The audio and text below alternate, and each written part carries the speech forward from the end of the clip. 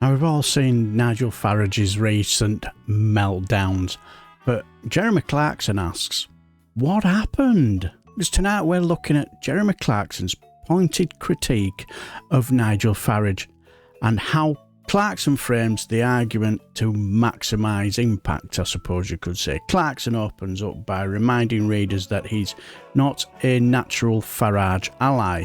In fact, he stresses their political differences.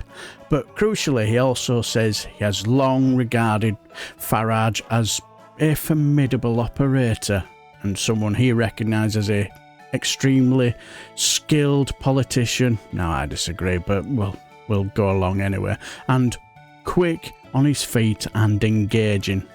Now, this is deliberate, isn't it? You could say Clarkson establishes credibility first. He's not attacking Farage from a partisan position.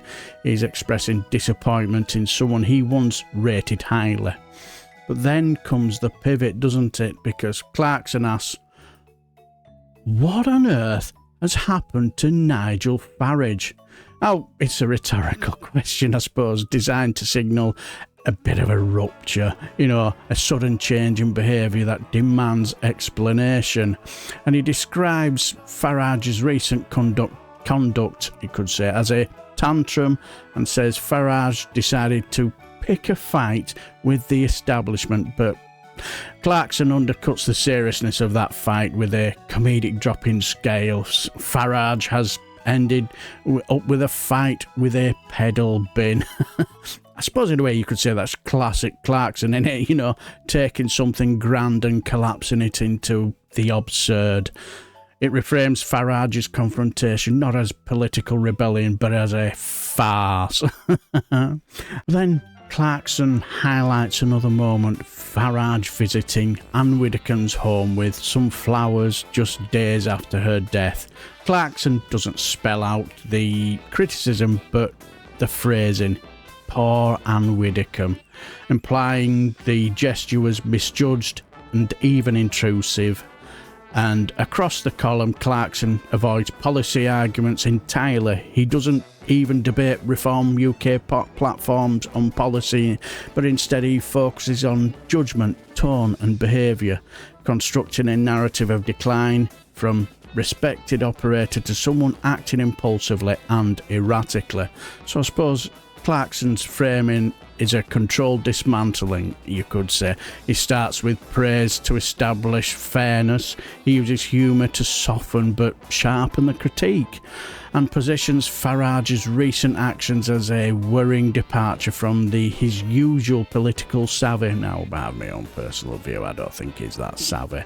Now, the reason why I found the article interesting is that I feel Jeremy Clarkson's criticism of Nigel Farage has more weight than my criticism of Nigel Farage, because my political beliefs are from a left-wing perspective, and I find Farage's behaviour both disgusting and quite, self-centred. So I can be accused of, being partisan. People who support Nigel Farage will just say, well, you would say that you're from on the left, you're a smelly lefty. And that criticism possibly could be fair, but I feel Jeremy Clarkson is probably more closely aligned to Nigel Farage than me, so I get the feeling his criticism adds more weight, because Clarkson begins by stressing that he's been long regarded a fan of Farage as a formidable operator. Again, I disagree, and is extremely skilled operator who is quick on his feet and engaging. Now, that only matters, doesn't it? It establishes Clarkson as someone who has historically respected Farage's, political instincts, even if they don't share the same ideology. And that is what gives his critique more weight than mine.